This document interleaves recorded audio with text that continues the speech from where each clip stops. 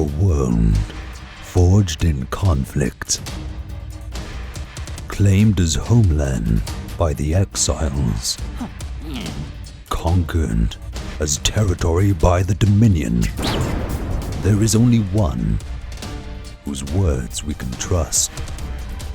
Geeks of Nexus.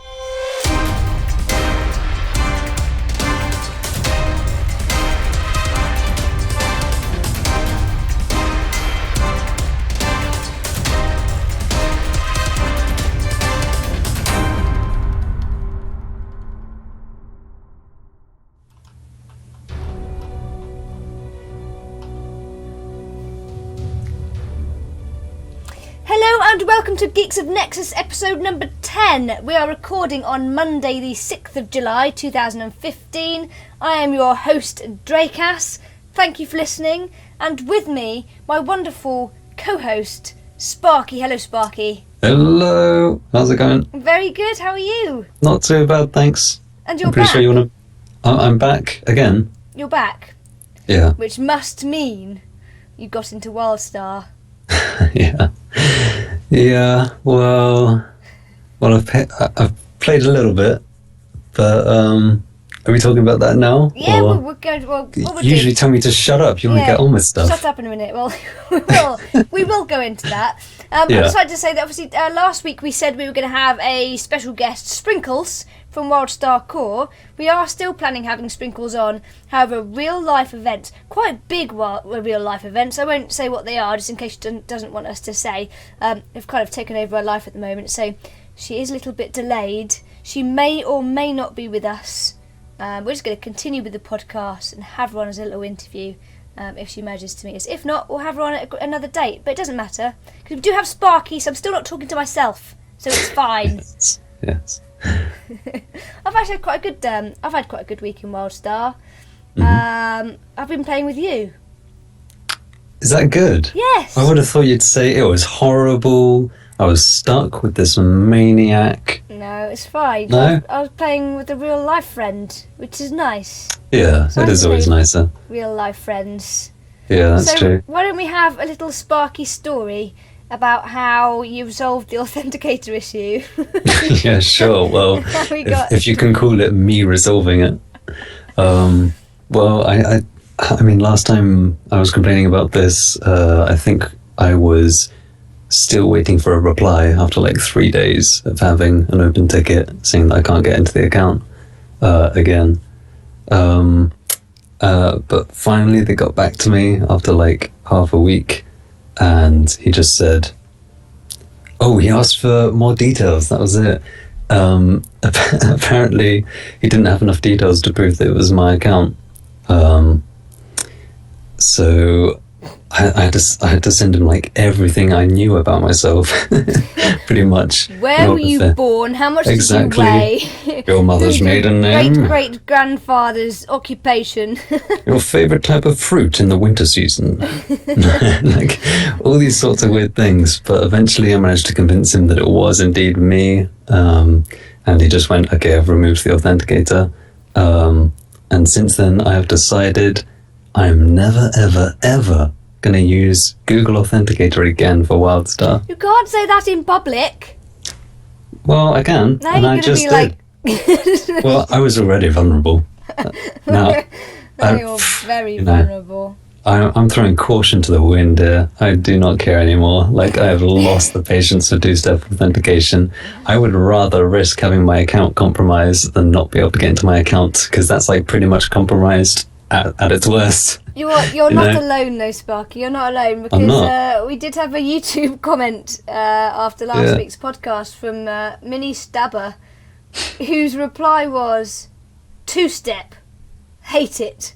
That thing alone must have stopped more players returning than anything else, and only waiting 50 hours for CS, that's customer support. Don't even go there. I'm so glad I'm not alone in this. It's not just you. Thank you so much, Mini Stabber.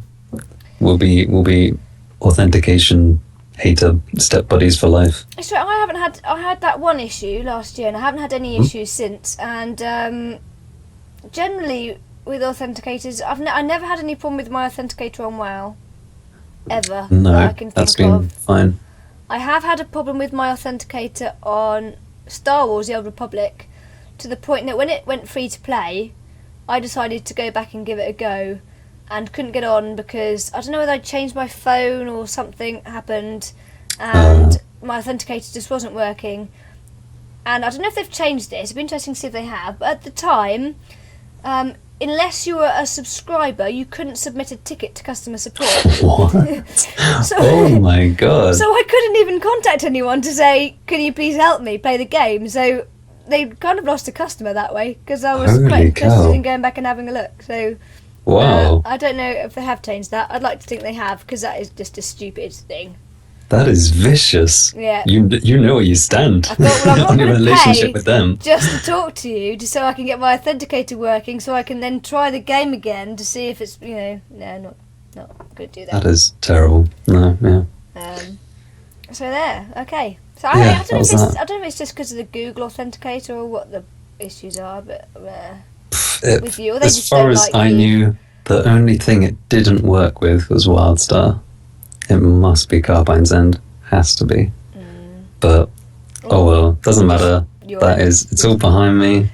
They've probably got this Um, little thing in their office that every time Sparky tries to log on, it just goes meh, meh, It's a meh, big red meh. button that they have to hit. Yeah, no, Lockdown! not allowed. Anyway, you did get into Wildstar, and how's your I week did. been in Wildstar? What It's are you been pretty thinking? good. I got... Are you glad you're back? That's the thing. I need to delve deeper before I decide whether or not I'm happy to be back. I've had some enjoyment for sure, but at the moment I think the enjoyment is coming from anticipation more than the game itself. As I'm sure that you're aware because you were there as I was there. talking about it. Yeah. But we've been leveling up some new tunes, haven't we? Yeah, we decided to start some new ones and just, go through Yeah. the learning process again together. Yeah, because it's pretty fun, nice way Yeah. to sort of spend some time before all the free-to-play stuff hits. And, get to try out some new classes and stuff. I've only played the Stalker since, half a week ago. So I jumped on an Esper, and we've been leveling up together, and we went just last night to the first adventure? Dungeon. Dungeon. To Yeah. the first dungeon, like the Proving Grounds. Protostar Games. Protostar Games, that's it. Yeah. And that was a lot of fun. I really, really enjoyed it. Even though it's supposed to be the most simplistic form of dungeon group PvE content, it was still kind of challenging in its own right. It kept you on your toes. There's a lot going on, isn't there? That's the thing. Yeah. It wasn't hard, but you couldn't switch off either. And I think we both commented on that and how that's really good. And even that in itself is a bit better than quite a lot of the raid and dungeon design we've seen in other MMO titles. In fact, one of your comments when we were up against I don't know what his name is, the big skeleton monkey Fiery type dude thing at the end. Yeah. When the ad phase came out, you were like, "Oh my god, there's an ad phase of There's this an ad boss phase in a level 10 dungeon." Yeah, Like most MMOs, it's just like a dark corridor, usually in sewers or a cave, and there's just a couple of CS leading up to one boss, and then that's it. That's the end, and you get like a green. But this was awesome. There were different phases. You had to move through fire. You all had to interrupt at a point. You had to move to a safe area, and then you had to get out the safe area, and then you had to take down the ads. It was good. and you all have to do your job, don't you? Like everybody has Yeah. to do their job. And I think I said to you, I think is the best introduction or like tutorial, I suppose, of Yeah. how to play your class or how to play your role that I've ever seen in an MMO. Yeah. Like we talk about WoW a lot because it's what we have a lot of experience in, but the proving grounds in WoW are kind of pointless because you're not playing with anyone else. You're playing on your own for a start. No. At least here, you're actually playing with other players. Yeah. So yeah, I'm very, very impressed with. It is good. So Yeah. what we can take away from this and give to our listeners is if you haven't yet done it, Do it. like I did, for whatever reason, go back. Just make like a level 1 tune. Just get it to 10 really quick and try it out. You'll have a blast. It's actually surprisingly good. And what my plan this week is to get you back into your level 50 bit more. We did do some dailies, didn't we? We did, yeah. Get you through those dailies. Even if you had to drag me screaming. Gonna drag you through those dailies to get your reputation up with the daily, and then we will get you into some high level dungeons and adventures. I think you'll be pleasantly surprised. So that's it. It's like training Sparkey. Training Sparkey. Yeah. And then he'll go all elite on us and just go, yeah, don't care about you guys anymore. I'm going off to raid. It's you guys. I need a hardcore guild. Yeah. No, we'll see. But yeah, I'm looking forward to it once these damn grinders out the way. Nice. Right, let's get on to the news. Yes. The news of the week. Hey, paper! Read all about it. Hey, Grano, hey, big bouncer, eat some of this nose over here. Hey, chewer, this broadsheet's bigger than you. Hey, come on, guys, it's only 60 gold. Get back here. News of the week. So this week's news is kind of linked, well, it's not kind of linked, it is linked to last week's news, because we've been given a little bit more information about the free-to-play Drop 6 in the Wildstar's free-to-play livestream 2.0, where the developers and the community managers came out and basically gave us a little bit more information about what we can expect when the game goes free-to-play. So we really touched on it very, very quickly last week, didn't we? Sort of one-liners and had a little chat about it. So I thought it would be good to go back over what they've said and kind of let the listeners know a little bit more about what they can expect. So, changes to levelling. We had more information about that. They're going to get rid of the brick wall that people hit at level 20. Now, this is something that we have definitely discussed before. Yes. Last year. There was definitely, I don't know what happens, but you level up quite happily up to level 20, and then for some reason it just slows down to this kind of grind, like you're kind of running through grit or something. Wading through a swamp. Trying to eat gruel. And then you get to level 30, and then all of a sudden you're in level 50 in 2 days. You zoom up again. It's really weird kind of slow down at level 20, and that has kind of been recognised. Obviously, lots of people have been giving them feedback about that. They have recognised that there is a brick wall at level 20, so they're going to look at making it more consistent again. Maybe making quest hubs a little bit closer together, or just increase experience. Not sure how they're going to do that, but they're looking at that, so when the drop hits it'll be much smoother for people questing through 20 to 30. A new class UI, which is really worth looking at if people want to go onto the Wildstar website. They have got pictures up there, or go to Wildstar Core, which Sprinkles would be able to tell you about. But at Wildstar Core have got a complete rundown of what happened on the live stream, and they've got little pictures as well of the new class UIs, which are looking very, very, very nice. Basically, they're going to give you a little bit more explanation about each of the classes, each of the races, with little video tutorials of what you can expect from your class. So when it says this is an Esper, you'll basically get a little video of what the Esper's playstyle is like as well, so you can kind of have a little bit more of an idea and decide which one you're going to like, pretty much. What do you think about that? I think that's great. I mean, at the moment there's a small text description, isn't there? Yeah. Yeah, I remember sort of when I was making my first character, the Stalker, on the minion side, I sort of, you're going down the list and you see sort of, warrior, medic, stalker, and you're like, oh, okay, there's the warrior, there's the rogue, there's the healer, and then it gets to spellslinger and Esper, and you're like, what? What's the difference between those two? And you have to go over and read it. So yeah, it'll be super nice just to have a convenient pop-up that sort of shows you what each class does and how it differs, and then people get to play what they want. Hang on 1 second. I knew this would happen. If anyone can hear a slight little bark, it's because my dog is outside the door and has just decided that he wants to come in. So I need to open the door and let him in, otherwise he will keep barking. Okay. Come on. Right. He's very demanding. Come here, Alfie. Come here. For those of you on the webcam, there he is. Hi. Right, that's that done. Alfie's happy. That's alright. He'll probably want to go out again later. But you have to get the door shut, otherwise we get noises from downstairs. So yeah, that's that. Right. New class UI, very, very nice looking as well. The story arc with Drusilla, which is the main story arc that kind of runs through the pretty much when you get to, I think it's level 30, 40, something like that. It's now going to be available from level 15 as a solo instances. So the story isn't sort of bunched up at the end at later levels. I noticed that. Yeah. You kind of, as you're going up, there's sort of not a lot invested in the story, so to speak, and then all of a sudden it all comes at the end. Yeah. So they're going to start that level 15.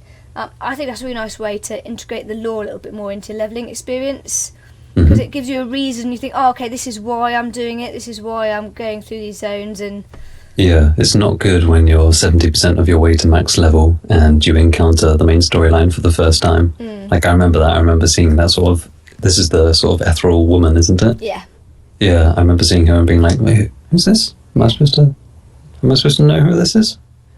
Is this important? Can I skip this? Yeah. So yeah, this is great. So bring it in a bit earlier, and then people kind of go, oh, okay, and then you can get a bit more of an attachment with her as well, can't you? Yeah. Which is great. So that's another plus. Get people a little bit more invested into the lore and invested into the game. And the loyalty program. They've given us a lot more information about the loyalty program. So if you've invested money into the game already, which you and I have, and other people presumably listen to this podcast have, if you've subscribed in any way, you have already earned loyalty points. Hey. So there's your bonus. It's not just starting when it goes free to play. That includes box sales, digital sales, cred, using Ncoin, and even using Omnibits earned in the game. A free to play account can gain loyalty points by using cred. This is when it goes to free to play in the game, which would push them to become signature members until the month of time ran out. So basically, if you're on a free to play account and you buy cred in game to give you the signature account, then you'll earn loyalty points that way as well. Yeah. They're retroactive, so if you're playing now, you'll already be earning points, like I said. There's going to be different tiers to loyalty points as well. They didn't go into it too much, but tier 1 is basically going to be cosmetic items, pets, bonuses, and in-game mechanics such as crafting. Right. And they did point out that it is going to be separate to the cash shop. So you can earn loyalty points by spending money in the cash shop, but you can't just buy stuff from the loyalty points with cash, I think, is basically what they're saying there. Right. They're two separate things. Okay. Basically, you can earn loyalty points by investing time and money into the game. It's basically about being loyal. The more time you spend in game, the more money you spend in game, the more loyalty points you get. Right. Which kind of makes sense. The cash shop, on the other hand, will have mounts, costume pieces, potions for XP, reputations, and drop rates, and tokens to instantly transport you to places.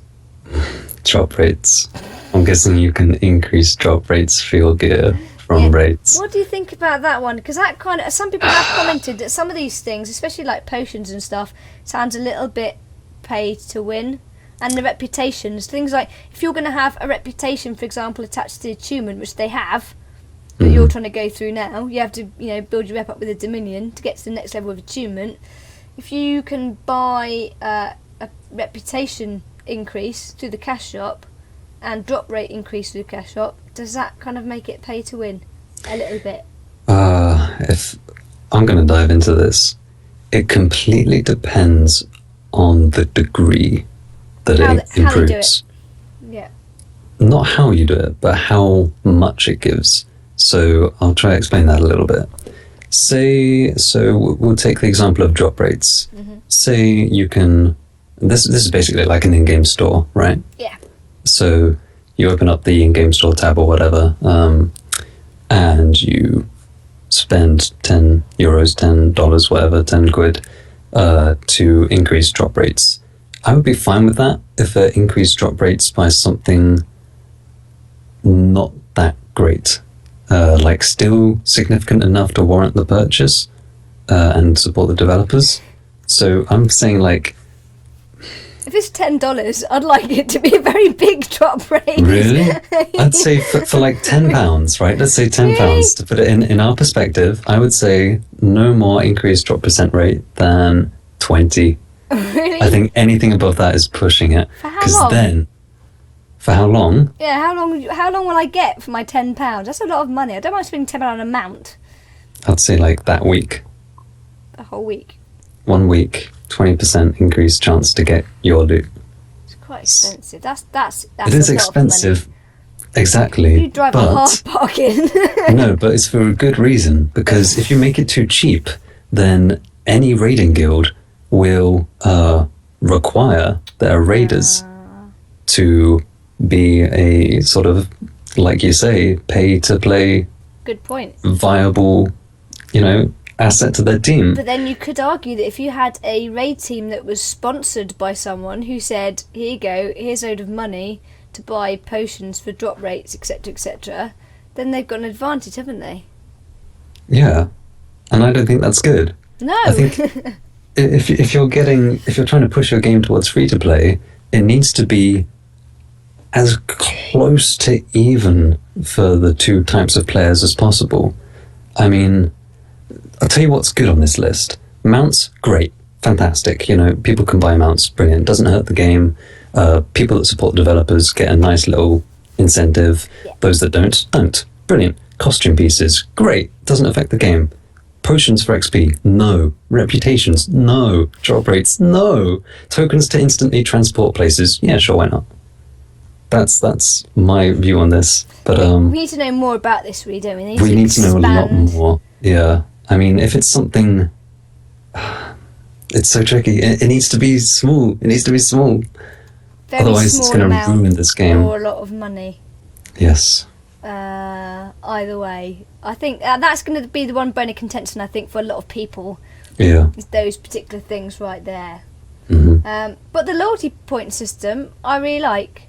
But I think I've said previously, I'm not entirely sure that we are not having too many currencies. Yeah. I think we need to get rid of some currencies. Yeah. They probably will, to be honest, seeing the changes that they've been implementing so far. Because the loyalty points is kind of like renown, isn't it? At the moment, you gain renown by doing group content and stuff like that, and you can use that to buy decor and stuff like that. So, kind of similar to the loyalty points, in a way. Yeah, I agree. Get rid of renown and replace it with the loyalty points, maybe. Possibly, yeah. I mean, they're going to have to merge some of these later down the line, especially if they're bringing out new content that requires new currency. Yeah. It's just not sustainable, as we've seen in many, many other titles. So you guys listening, I'd be quite interested to know, either on Twitter or on the comments underneath the YouTube video, what do you think about these announcements that we've heard so far about the cash shop and the loyalty points, especially in relation to the XP reputation and drop rate possibilities of being able to buy extra on. It'll be interesting to hear your views. But the free-to-play beta will be running on the PTR server that we have at the moment. So if you would like to test out the free-to-play beta, be sure to download the PTR server and head over to the Wildstar website and sign up for the beta. Then wait for your email to say jump in. Good stuff. And you can help kind of shape it. Mould it. Mould it. So I did do a hashtag AskGON this week. We've got some actual AskGONs that we'll do at the end of the show. But I asked a question in relation to this. Calling all cupcakes, what changes are you most looking forward to when Wildstar goes free to play?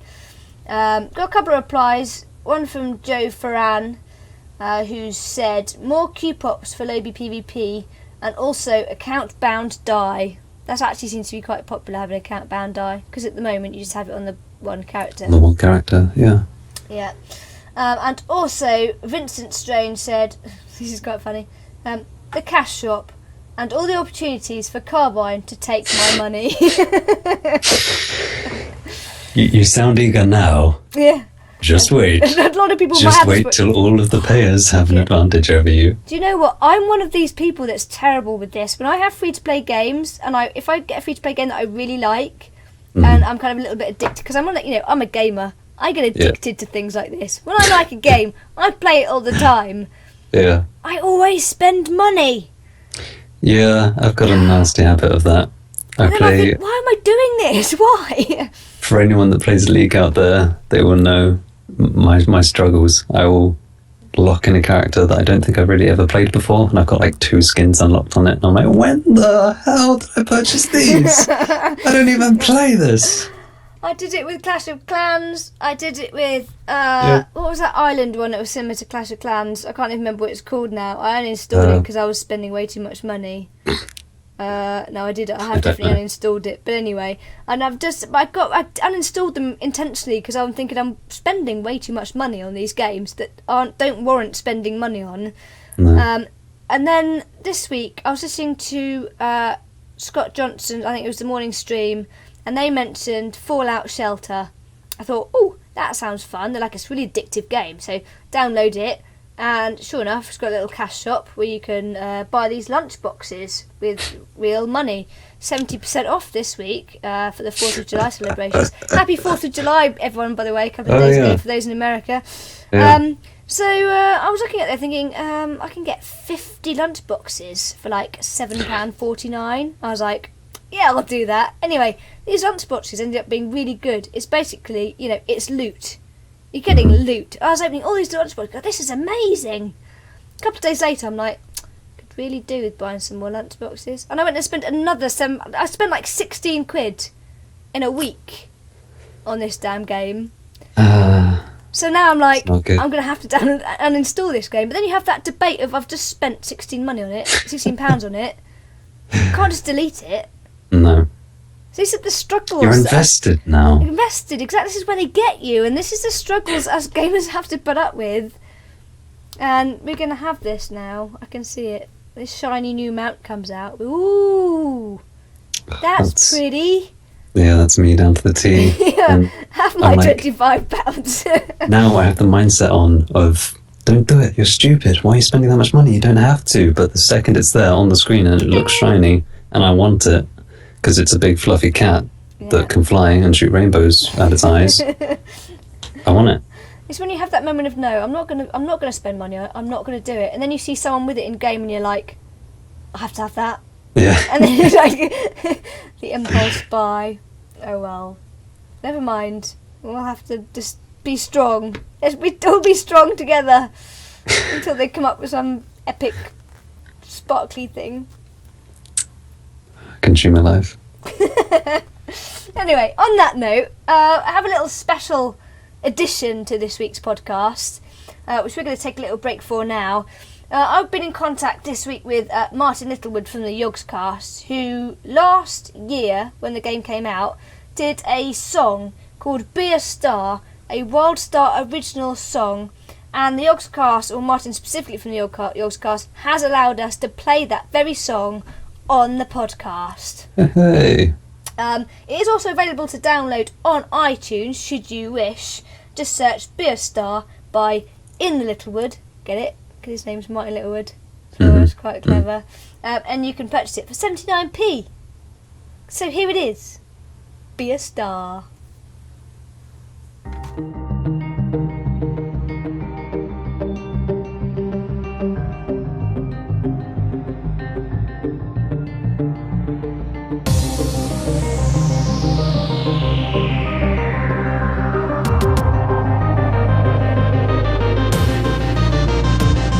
Just a few more minutes till the enemy ship wins. An old D Walker thinks he's starting to see things. An ethereal presence appears. The alarm rings, points to the monitor and fainted as 3 pings. Punches in the code, setting course for the zone. By the time he comes around, he can't believe what he's shown. Been searching all his life for a place of his own. Seems that little old explorer has discovered a home. Sing, yeah!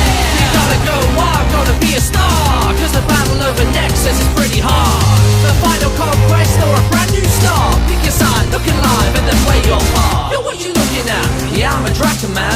Big horns, long claws, good for scratching, and if you step to me, well, I'll big slap your clan. Through the fire and the flames like that dragon bat. Then there's the chewer, known as the little blighters. Small and furry, but they're devastating fighters. Wielding fibertronics, aerosols and lighters, blazing up the elder roots and anybody else defiant. No descendants of the elder race. Gone for 1,000 years, but now they're building an army. Can they win this one? A tricky one to wager. When any progress is by Boomer as the caretaker. Yeah! You gotta go wild.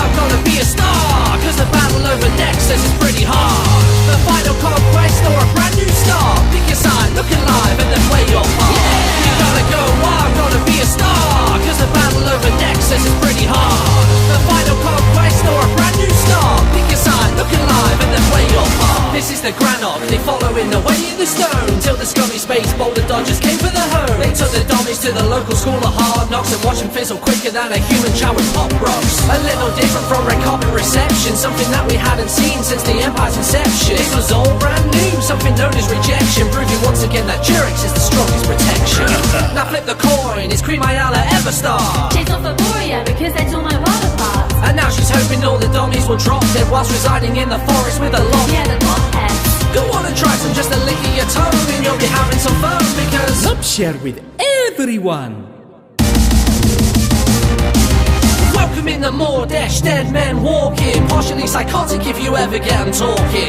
Just some friendly advice when in conversation, don't mention Lazarin, Everlife or the Contagion. Finally the humans, they're similar to you and me, previously Cassians until they wanted to be free.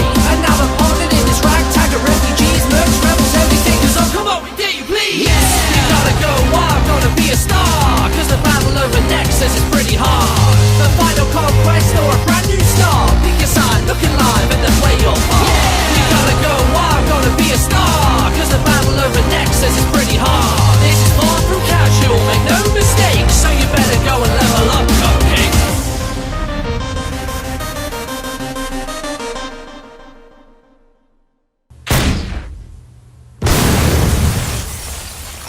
Did you fall down and die? Oh god.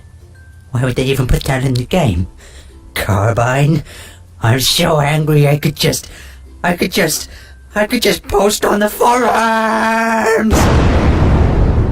Flames from the forums. So, flames in the forums this week. I did manage to find someone who was quite angry. Oh, And how dare you. I know, how dare he. What I found quite funny is that I wasn't really sure why he was angry about this thing, because I think both you and I disagree with this. Us. We Yes. disagree with this quite strongly, as did quite Yes. a few people in the replies. So I thought it was an interesting one to put up. So this one comes from someone called Sturm. How would you pronounce that? Sturm. Sturm.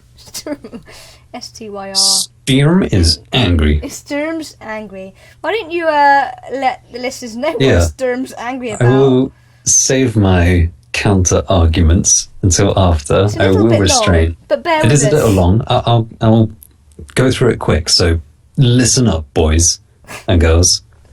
Okay, here we go. So Sturm says, WS combat, that's Wildstar combat, while very action orientated and full of movement, it is rather draining.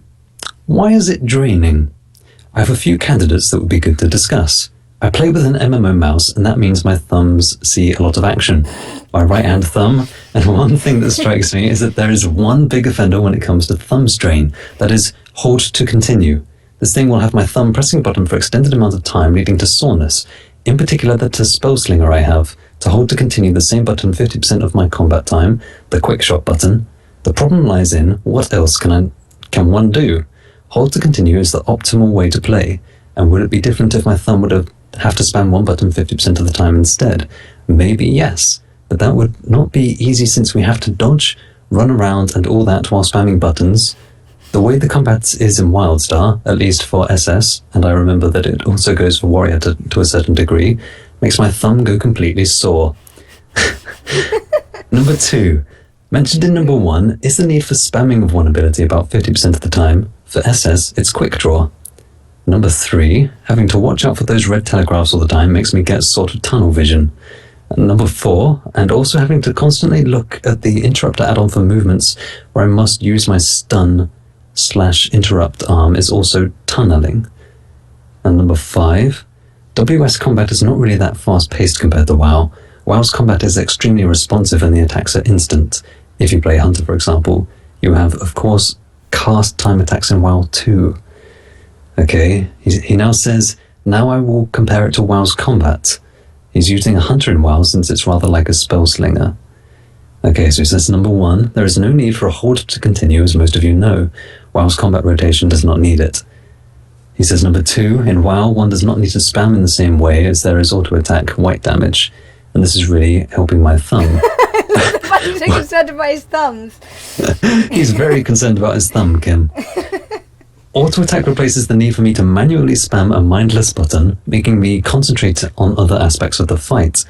In WoW, you don't have to constantly be watching the ground for red tellies, although there are many fights where you should not stay in the red, but not every mob have those like they have in Wildstar. Okay. And while you can interrupt in WoW fights too, it's far less demanding and far less needed. And normally a few people might do this, while in Wildstar, basically the whole group have to do it. So I miss WoW's far less draining combat. What would it take with me from Wildstar combat into WoW? Not sure what he means there, but I'll carry on. Double tap to dodge is cool, and Guild Wars 2 also has this. This is just fun, smiley face. And it would have worked in WoW to dodge out of occasionally reds there too. But dodge is far from game breaking to me in any game. It's just a small fluff thing that is cool. Small fluff thing that's cool. I think he's describing mounts now. Anyway, maybe free targeting would be cool. Guild War 2 have this and it's cool there. And do I think I am not alone in my thoughts here? Yes. That was a double negative. I believe that many things I talk about here is shared by other people. I know my SS would like to get rid of the spamming of QD for prob the same reason I feel, and that might have drove many people away. What can Wildstar do about this? He says this is hard, because the whole thing is so integrated in the whole combat system in Wildstar. But one thing could maybe be done. Get rid of the need to spam one main attack. That would help some. So there you go. You wrote a long. That was a long flame from the forum. I'm surprised it didn't burn out by the time I was done. I would like to point out, and it was pointed out by Ziyun, that you don't have to spam one button. And because the new character that I started, is a spell slinger. We do have quick draw. I was thinking that he could just change his change to use a different button other than his thumb button. Then his thumb wouldn't get so sore. Yeah. Just change your buttons around a little bit. But you can go into your input options and click the thing that says hold down a key to continuously cast an ability. So if you have got an ability like quick draw that you want to continuously cast, you can just hold it down. He did bring that up. He said you can either hold it down or click it half the time. Okay. But holding it down, I think, apparently still hurts his thumb. Yeah, I scrolled up. That's what he said. He needs to work on his thumb muscles. Get some thumb weights. Yeah. No. No.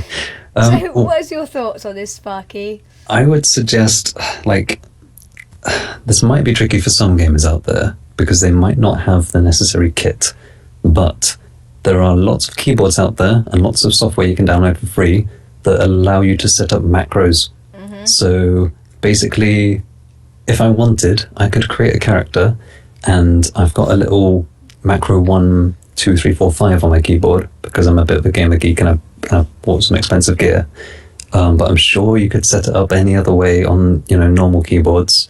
Just make a quick macro that will just literally spam a spell 1,000 times, in a row, and you just click it once, it turns on, and it will repeatedly click that item for you if that's what you need to do in your rotation. Your thumb.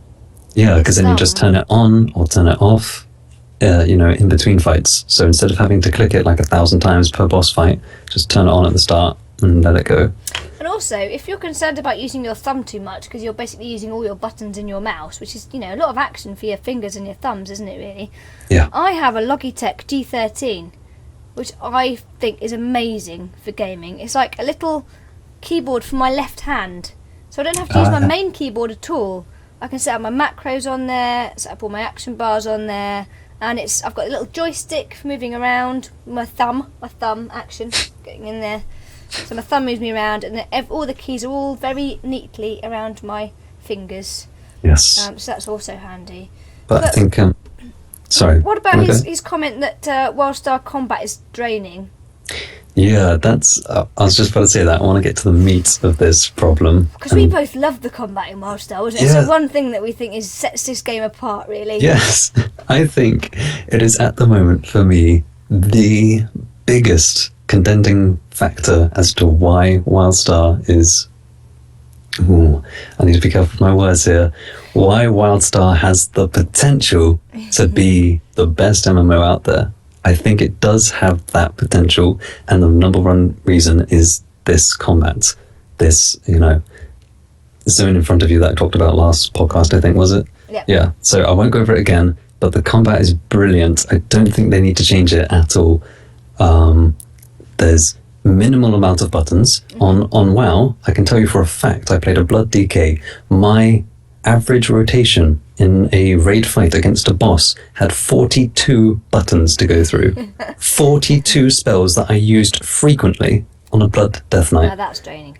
That is draining, yes, and that is over the top and least you're bad limited. design. You're limited in Wildstar. You have to keep Yeah. switching in and out depending on the fight, which spells are going to benefit you. You don't have all of them available for you to use. Yeah, I'm pretty sure that I'll be surprised if anyone really goes above 20 buttons or so in Wildstar. Like, I think it is condensed very nicely and everything works together. The combat is good. Yeah, I disagree. Let me scroll up and find your name. Sturm. I'm sorry, Sturm. And You're the wrong. thing about tunnel vision, I can see what he means about the fact that every single mob has the telegraphs, but I like that because we've said this before, you can't just switch off. I used to find in other MMOs, I could go around, I could have Netflix on the right hand side, and I could literally not even bother watching the screen. I could just, keep hitting my buttons in the rotation and look at Netflix and come back and all the mobs were dead. You can't do that in Wildstar. You have to be actively invested. You can have Netflix in the background, but I just listen to it now. I can't really watch it. I have to watch what's going on and actively invest in the game, which I prefer because Yes. it takes me back into those early days of MMOs when you're not really sure what's going on, you're learning, and you have to be solely invested in the game itself and what your character's doing. I think the only way that this combat could be perceived as negative is if the raid encounters are too long in duration. Like in WoW, Lich King on Heroic in 25-man mode could last like an hour and 20 minutes when it was fresh, relevant content. It could last a long time, and that's, if you have to pay attention for that long and you can't leave your keyboard, you can't look anywhere else for that long, that would be draining, and that I would not like. But that is up to Carbine to make, they have this fantastic system in place. As long as they build encounters that suit this system and it's not too long and it's not too draining, I think it's brilliant. There's been a couple of replies. One from Demon Manu. He said, "For me, it's quite the contrary. 2 weeks ago, a friend gifted 1 month of WoW to me. WoW? I don't know if she meant WoW one. He wanted a mount for Scroll of Resurrection. I say it was WoW. Wow, yeah. Entered in my old Troll Warrior, played 2 battlegrounds, 1 dungeon, and 1 flex raid. The combat seems very slow. In PvE, it's like slow motion, even in raids. I just stay in one spot and press a rotation. There's no moving. Wildstar spoiled me, so I got bored and I could just watch Netflix while doing it." That's what I said. It's really weird. Go. And I hadn't actually. I just found this just now, so it That wasn't wasn't like I planned. read that beforehand. But I have to agree with that. When I played Wildstar and went back to WoW, the fact that I couldn't dodge really annoyed me. Yeah. It really annoyed me. Yeah. I was like, I just want to jump out of the way. It did seem like the whole system slowed down. The PvP seems more moved than the PvE, but still slow and tedious for my taste. The tab targeting feels boring. I feel when you miss a hit because the other one dodged it is angrily and awesome at the same time. I'm not quite sure what that means. But I think, the targeting system, the fact that you haven't got to tab through targets is quite nice. You just aim at them, which is something actually they've got in Elder Scrolls Online, which I quite like as well. You just need to look at what you're targeting, not just sort of scroll through things. Yeah. What now I dislike from WoW combat, that while you run a mile away from a mage and see how a pyroblast take the curve. I'm going to stop reading this because I'm not quite sure what she's talking about now. And just gonna dodge out that. So we don't really agree with him, but he got very angry about it. So I thought it was worth discussing because there might be other people out there that do agree with him. I can see what he means. I mean, the UI does need improving. I mean, when we were playing last night, We did bring up that it's tricky to keep staring at that interrupt indicator and see when bosses become available to interrupt. Which is why a lot of people get add-ons that change your interface. So that the cast bar for whatever you're targeting is in a different place, so it's easier for you to see when you need to interrupt. That's something exactly. I know they're looking at the UI, so hopefully that's something that they'll do. It's Yeah. a little bit too low down on the screen for me. It's not kind of where I'm looking. No, exactly. Yeah, but that is changeable. Is going to be changed. We'll see what they do with that. But yeah, And that was flames from the forum. The interrupt system, I really like as well, because you use it in solo play when you're questing, because you know, if you manage to interrupt a cast, then you get the extra damage, which we really utilised last night when we were leveling our maybe level 10s. You know, we were like, if you play the combat system right, you can kill things really quickly. It's rewarding. It does feel very rewarding, haha. And then when you go into a dungeon, you know, the fact that everybody has to play their part in interrupting, I think that's key, because that's what makes everyone have to play as part of a group. And it can be a little bit irritating when someone isn't, but once everybody is working together, and it is rewarding, like you say. It's I like that system. Yeah, I like that system. Everybody, it feels invested as well, all the time. It's not like you go into a fight and only one particular person has that one special spell that's going to work in this one raid. The mage has to jump up there and take out the thing before it blows up, and it's all on him. Yeah. So I like that system. So yeah, we're not having a go. I just thought it was an interesting thing to talk about, because we've mentioned before about the combat system, how much we like it. It was interesting to see another point of view of someone that wasn't so keen on it. So again, listeners, what are your views on it? Let us know. Do you like the combat system? Do you not? What do you think can be improved? Etc. What's next? Oh, something else I found on the forum was a post by Wilson420 or 420.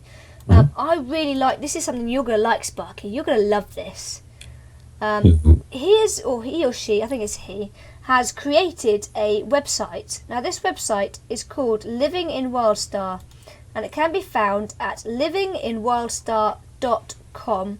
A lot of effort has gone into this. It is basically a website for housing. Right. Housing website. And he has gone in there, and I don't think he's quite finished it yet. He's saying there's 1,080 decor items. 269 of those items are still uncategorised. He's basically going through all of the decor items, all of the fab kits, and putting them on this website with pictures. It's a bit of a wiki for decor. Exactly what it is. A decor wiki. And I think his plans are to put sort of pictures of people's housing and stuff up really well and stuff like that. So I thought it was a really nice, if you're into your housing, which I know many of our listeners are, and you want a little website, just go along, have a look at things, see what they look like. You've got like the bronze-plated piglet model and the wood-handled serrated knife, or the picnic knife, which I know you'll be interested in, Sparky. I just need to order it already. Yeah, or the wound hay bale. So you can go in there, a little bit of a quick reference guide for you. It's a very nice little website that he's put together, and he obviously spent a lot of time on it. I imagine it's going to take up most of his time. That sounds really good. I liked that. I like it when people put a lot of time and effort into something, and I think it should be rewarded.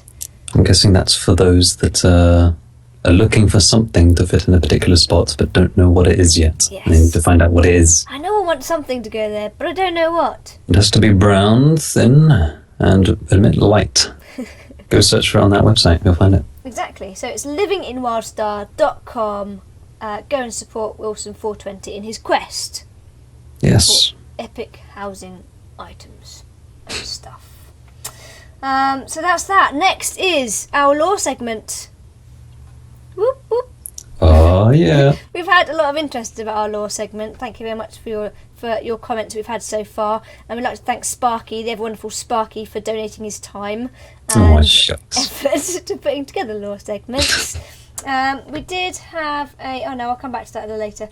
So here is this week's lore, which is going to be for the cute and fluffy Aurins, which I find quite funny. I'd just like to point out that one of my alts is an Aurin Esper, And when we first played together, Sparky, last year, we were levelling up. You said that my Aurin Esper looked like a girl. Yeah. When he was a boy. I He was a firmly boy. stand by that comment. He was a boy. Well, Aurin. he should stop shaving. Well, the interesting thing is, when we created our little Lobby characters that we're levelling up together, you happened to create an Aurin Esper who also looks like a girl. I don't know what you're talking about. There's nothing wrong with them looking like a girl. No. However, they are boys, the characters we've created. I just find it quite funny you took the mickey out of me having a male character look like a girl, and now you've got a male character that looks like a girl. Well, I reject your statement. You should take back the ridiculing that you gave me last year. Never. I'm a man of my word. Frankly. Anyway. Right, there you go. That's that. Just like to point that out before. We love the Aurins. I like their fluffiness and their femininity. It's nice that they can embrace their feminine side. So here is the story of the Aurins.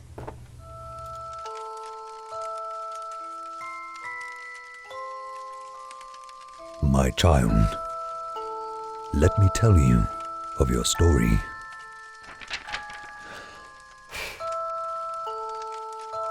Of your fathers and their fathers before them.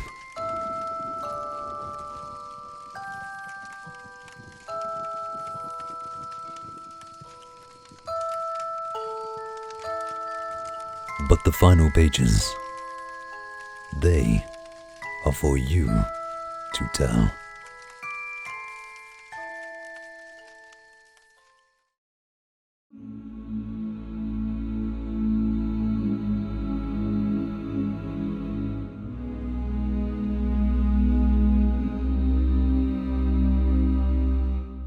The Aurin, from the planet Arborea, are scrappy, energetic, and passionate.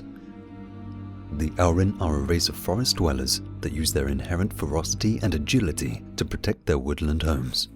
Their first encounter with an outside race was with Dorian Walker, who stumbled onto Arborea while pathfinding for the fleet. Soon afterwards, the entire Exile fleet visited and established friendly trade relations with the Aurin. Unfortunately, the Dominion discovered the location of Arborea by tracking the movements of the Exile fleet, and eventually decided to invade the planet in order to harvest its vast natural resources. Chewer-led deforestation operations unleashed a number of monstrous planet reapers, massive, miles-wide machines designed to harvest a planet's natural resources, both above and below ground. The Dominion quickly suppressed any Aurin attempts to stop them, driving the remaining Aurin into hiding. In desperation, the Aurin reached out to the exiles, who managed to evacuate as many of them as possible. Led by Queen Myella Wildstar, the Aurin agreed to join with the exiles on their journey to Nexus. Now, many Aurin settlements can be found in the forests of Nexus, and some Aurin have started to think of Nexus as their home. Meanwhile, their beloved Queen Myella grows weaker every day, cut off from the ravaged forests of Arborea, to which she is physically connected through the ancient Mother Tree.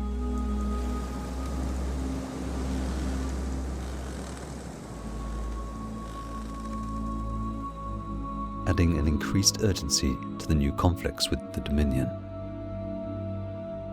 Using their understanding of the natural world and their skill while manipulating primal energies, the Aurin have proved valuable allies in the untamed wilderness of Nexus. They are prepared to bear tooth and claw to defend their new home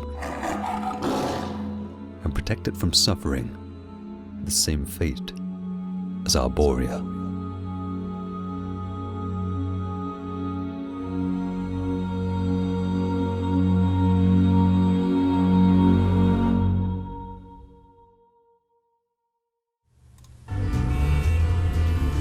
In 300 yards, turn right. No. I know a shortcut up here. Please turn around when possible. No, I know this way is faster. I'm an advanced GPS-stabilizing quantum-powered universal guidance system with bonus sarcasm and condescending modules built in, you lumbering oaf. Please follow the damn directions or face destruction. These add-ons are starting to piss me off. So, add-on of the week. This week is Tap That. Oh, baby. Not Take That, but Tap That. You gotta tap it, man. Tap. I What? believe in you. Believe- Bro pump, tap that. Oh, I see. Yeah, tap that.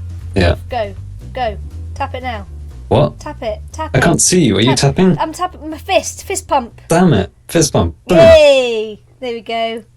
Oh, you need to tell me these things, Kim. I can't see you. God. Sorry. So Tap That.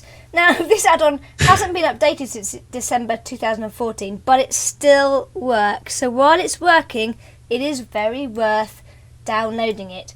Tap That will complete the client-side interactions automatically when you start them. And by that, I mean when you get little things that pop up saying, please press P over and over again, or hold down P, or the Simon Says memory game as well. It'll basically do that for you automatically to save your fingers. So Sturm will like this add-on. See that little link there?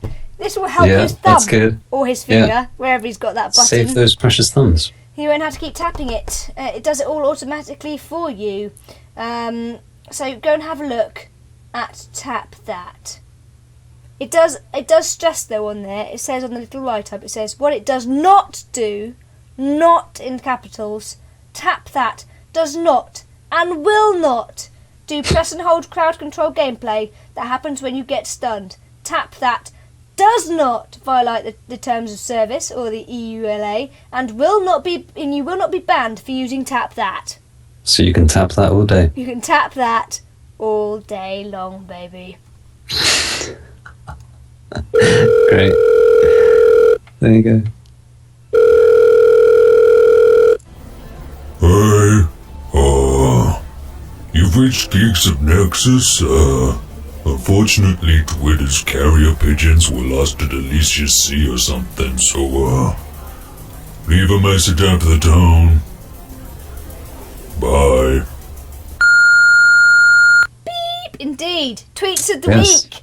This week's tweet. Why do I always have trouble with that? This week's tweet of the week. Come from our very own listeners, our favourite people in the universe. They used our hashtag AskGON. Yay! Hey. It works. Somebody's Somebody's did it, boys. listening. So if you do want to ask us a question on Twitter, either something you want us to bring up on the show or just a general question that you would like us to answer, please use the hashtag AskGON. And I will find Ask GON. Ask GON. It was some really weird thing when I first did search Ask GON. I probably should have checked it before I decided to use it as a hashtag. It was some really, really weird thing. If you go to Twitter and put Ask GON and just go back to before we started using it, it hasn't been used since like 2013, so it's not a problem. But there's just some really, I don't know what it's about. Some really weird Twitter comments with the hashtag AskGON in. I don't know. It's really weird. But So now scroll it is back. exclusively ours. Yay. It's not being used now. It's ours. Our hashtag. So this week, Jason Vincent, the awesome Mr. Vincent, said, do you think when hashtag Wildstar goes free to play, we will have access to all the mega servers, or will it still be divided between North Americas and EU? That was his question. Hashtag AskGON. Now, I think, I'm going to answer this to start with, I'm going to think that it will still be divided between North America and EU. However, I think it would be amazing if we could play with our American counterparts. I don't think it will happen, but I would like it to happen. I have many friends over the pond that I'd like to play Wildstar with without having to get an account. Sparky's just shaking his head. No. Go, Sparky, go.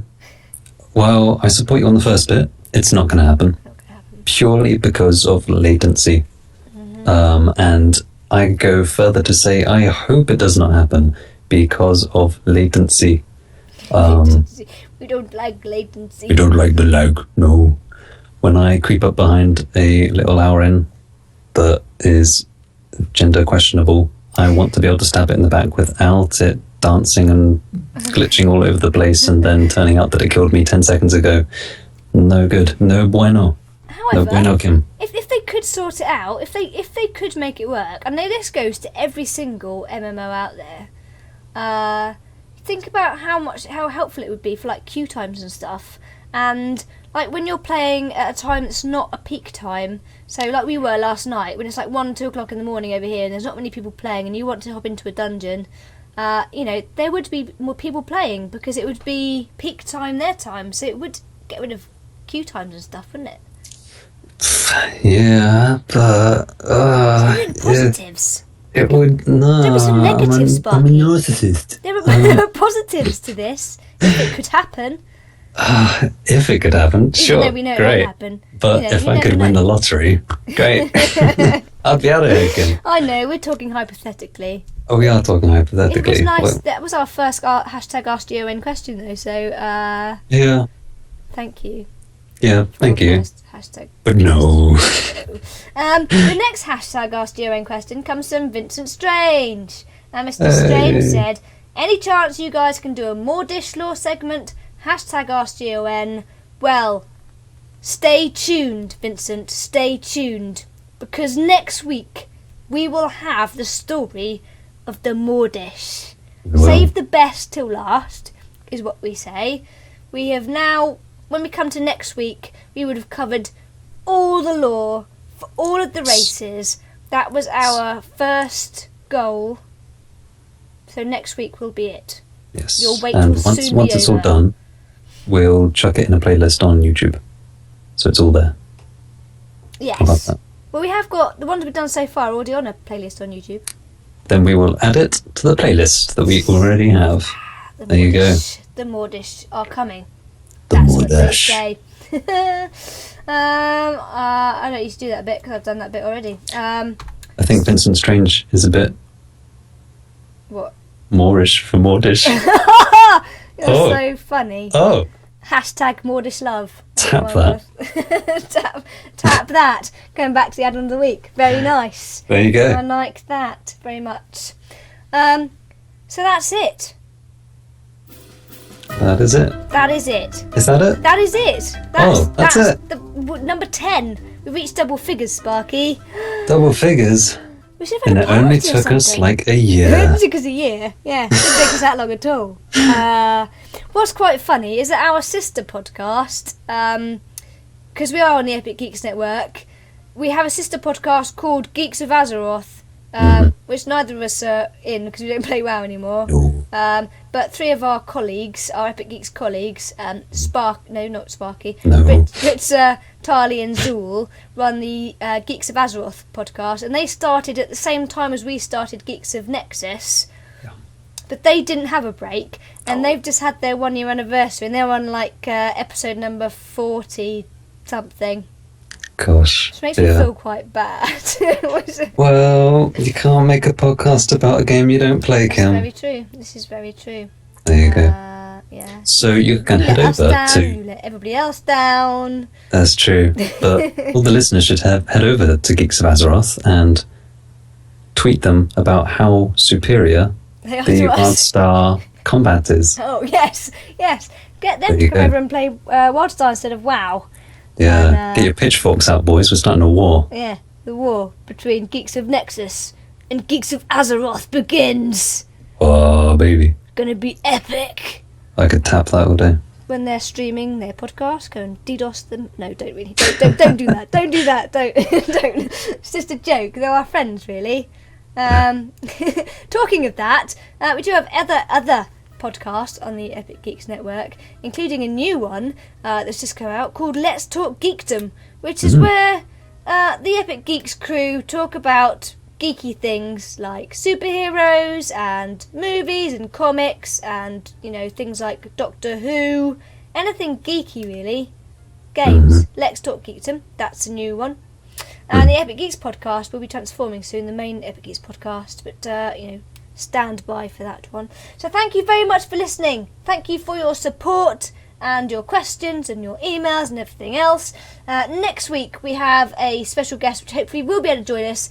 Elias Stormchaser from the Wildstar Community Magazine should be with us next week, so look forward to tuning in for that. If you do have any questions for us, you can find us on our website there, epicgeeks.co.uk, on Twitter @Geeks of Nexus, or on our email geeksofnexus@gmail.com.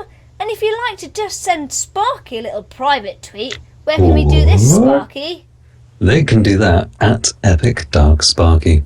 And you can send me a personal tweet @Drakeass. And we are hopefully going to be streaming on Twitch again soon. Very soon. Hopefully next week. This week. Well, this week we are going to be doing lots of streams generally, aren't we? Yes. Don't know what yet. Probably Wildstar. We'll probably stream some Wildstar. Wildstar and other stuff. Random Come stuff. check out my gender questionable Aurin. Yes. Yeah. Yeah. You can find us on Twitch under, surprise, surprise, Epic Geeks. Thank you for listening. We love you all. Thank you very much. Goodbye. Goodbye. Bye. This podcast is part of the Epic Geeks Network. To find out more about our other gaming podcasts, head to epicgeeks.co.uk.